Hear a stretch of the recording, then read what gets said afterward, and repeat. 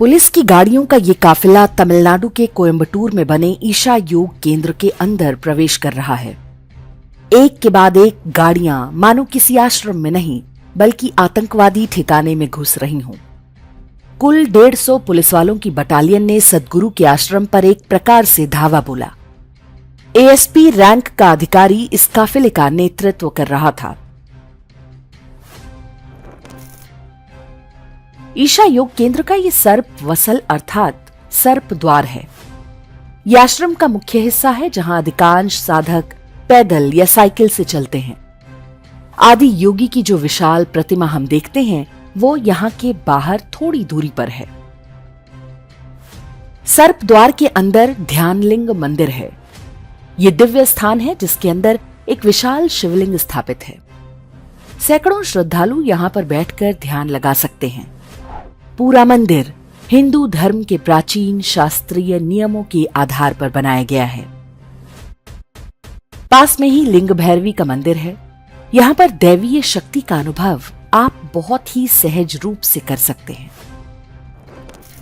Madras high court में एक व्यक्ति ने याचिका दी थी कि उसकी 42 और 39 वर्ष की 2 बेटियां आश्रम में बंधक बनाकर रखी गई हैं। उनका ब्रेन वॉश कर दिया गया है ताकि वे परिवार से ना मिलें। सुनवाई करते हुए मद्रास हाई कोर्ट के जस्टिस एसएम सुब्रमण्यम और वी शिवज्ञाननम ने जो टिप्पणियां की वो भारत की पूरी शासन व्यवस्था की हिंदू विरोधी मानसिकता की निशानी है। जजों ने कहा कि सद्गुरु की अपनी बेटी की शादी हो चुकी है। वे अन्य युवतियों को अपना सिर मुंडवाने और संन्यास लेने को क्यों प्रोत्साहित कर रहे हैं। गीता और लता नाम की दोनों बहनें स्वयं कोर्ट में उपस्थित हुईं और जज से कहा कि हमने अपनी इच्छा से संन्यास लिया है, हम पर कोई दबाव नहीं है। दोनों बहनों ने इंग्लैंड और भारत से इंजीनियरिंग की पढ़ाई की है। उनका विवाह भी हुआ, लेकिन कुछ कारणों से उन्होंने अपना परिवार और करियर दोनों त्याग दिया और आश्रम में आकर रहने लगी। सद्गुरु की बेटी ने संन्यास क्यों नहीं लिया, ये किसी कोर्ट का विषय कैसे हो सकता है? क्या ये कोर्ट तय करेगी कि कौन संन्यास ले और कौन नहीं? याचिकाकर्ता ने कोर्ट में कई ऐसे आरोपों की सूची दी है जो वास्तव में सद्गुरु के विरुद्ध ईसाई मिशनरियों के दुष्प्रचार का हिस्सा है।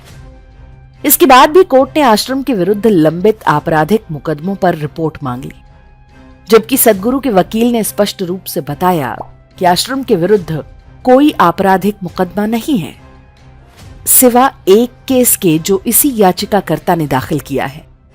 साथ ही जजों ने पुलिस को जांच का आदेश दिया।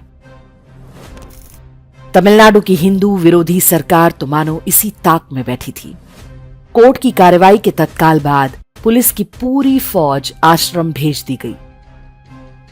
ध्यान देने वाली बात है कि तमिलनाडु पुलिस की यह कार्रवाई नवरात्रि पूजा से ठीक पहले की गई।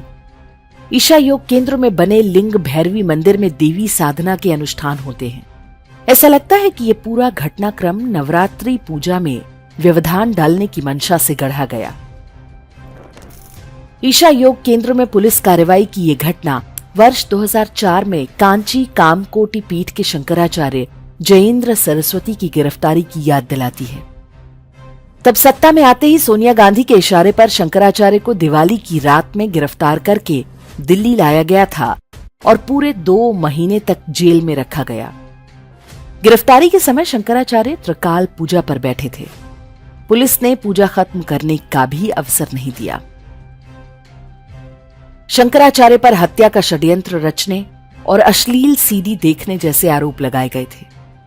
वर्ष 2013 में उन्हें कोर्ट ने दोषमुक्त कर दिया। न्यायालय में साबित हुआ कि शंकराचार्य जयेंद्र सरस्वती को जानबूझकर एक षड्यंत्र रचकर फंसाया गया था।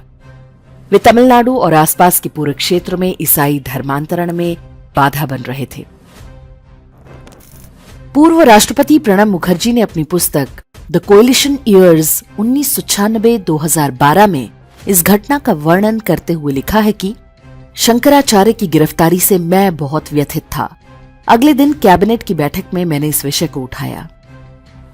मैंने पूछा कि क्या देश में धर्मनिरपेक्षता केवल हिंदू संत महात्माओं तक ही सीमित है?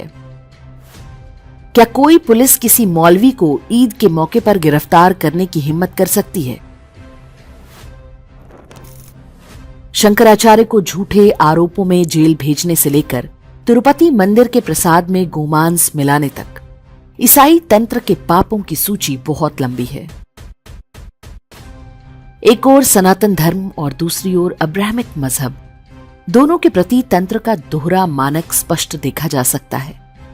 ये वही न्यायपालिका है जो लव जिहाद में फंसाई गई हिंदू लड़कियों को ये कहकर उनके माता पिता को नहीं सौंपती कि वे 18 वर्ष से अधिक की हो चुकी हैं। ऐसी ढेरों हिंदू लड़कियां खाड़ी देशों में ले जाकर जिहादियों की भोग दासी बना दी गईं। लेकिन किसी कोर्ट या पुलिस ने कभी किसी मदरसे या मौलवी पर ऐसी टिप्पणियां नहीं की होंगी जैसी एक हिंदू धर्मगुरु और उनकी संस्था पर की गई। देश भर में चर्च में आए दिन नन पादरियों का शिकार बनती रहती हैं। उनमें से कई की हत्या भी कर दी जाती है। Sister Jesina Thomas, sister Divya Johnny, sister Sujan Mathew, Stella Maria जैसे अनगिनत नाम हैं। सिस्टर अभय की हत्या करने वाले फादर थॉमस कोटर और उनकी प्रेमिका सिस्टर सेफी को कोर्ट से किसी तरह उम्र कैद तो हुई, लेकिन हाईकोर्ट ने सजा पर रोक लगा दी। बिशप फ्रैंको मुक्कल का नाम तो भारतीय न्याय व्यवस्था पर एक प्रश्न चिन्ह बनकर खड़ा है। चर्च में दशकों तक ननों से बलात्कार करने वाला ये कैथोलिक दरिंदा कोर्ट से छूट गया, जबकि पूरी सुनवाई में एक भी पीड़िता ने अपना बयान वापस नहीं लिया था। सद्गुरु और ईशा योग केंद्र में आपकी कोई श्रद्धा हो या नहीं, महत्वपूर्ण यह है कि तमिलनाडु के जिस क्षेत्र में वे काम कर रहे हैं वो ईसाई मिशनरियों का गढ़ है। आज बड़ी संख्या में न केवल स्थानीय लोग बल्कि देश विदेश के लोग उनके आश्रम में आकर साधना करते हैं। इसी कारण सद्गुरु और उनकी संस्था लंबे समय से मुल्ला मिशनरी नेटवर्क की आंखों की किरकिरी बनी हुई है।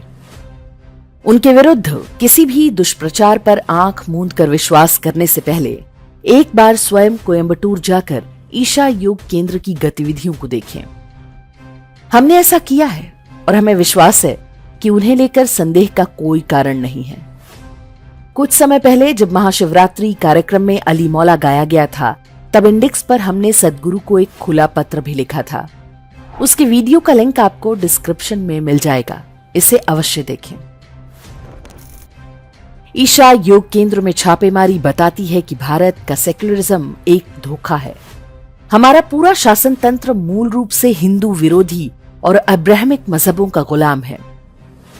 सर्वोच्च न्यायालय ने विरोध को देखते हुए तमिलनाडु पुलिस की कार्रवाई पर रोक लगा दी, लेकिन ये इस बात की क्या गारंटी है आगे से ऐसा कोई षड्यंत्र नहीं रचा जाएगा। इसके विरुद्ध हम सबको खुलकर बोलना होगा। जजों का नाम लेकर मर्यादित भाषा में उनकी आलोचना की जानी चाहिए। यही जज हैं जो नुपुर शर्मा के लिए आग उगलते हैं, लेकिन उदयनिधि स्टालिन जैसे लंपट द्वारा हिंदू धर्म की तुलना डेंगू मलेरिया से करने पर भीगी बिल्ली बन जाते हैं। नेता हो या जज, ये सारे वास्तव में कठपुतली हैं। सबरीमाला से लेकर तिरुपति तक सारे हिंदू विरोधी षड्यंत्रों के पीछे एक ही गिरोह है। उन्हें रोकने का एक ही उपाय है कि हम एकजुट हों, उनके झूठ, पाखंड और षड्यंत्रों को उजागर करें। हमारा धर्म पापियों को दंडित करने की शिक्षा देता है। राष्ट्र के प्रति हमारा ये कर्तव्य भी है।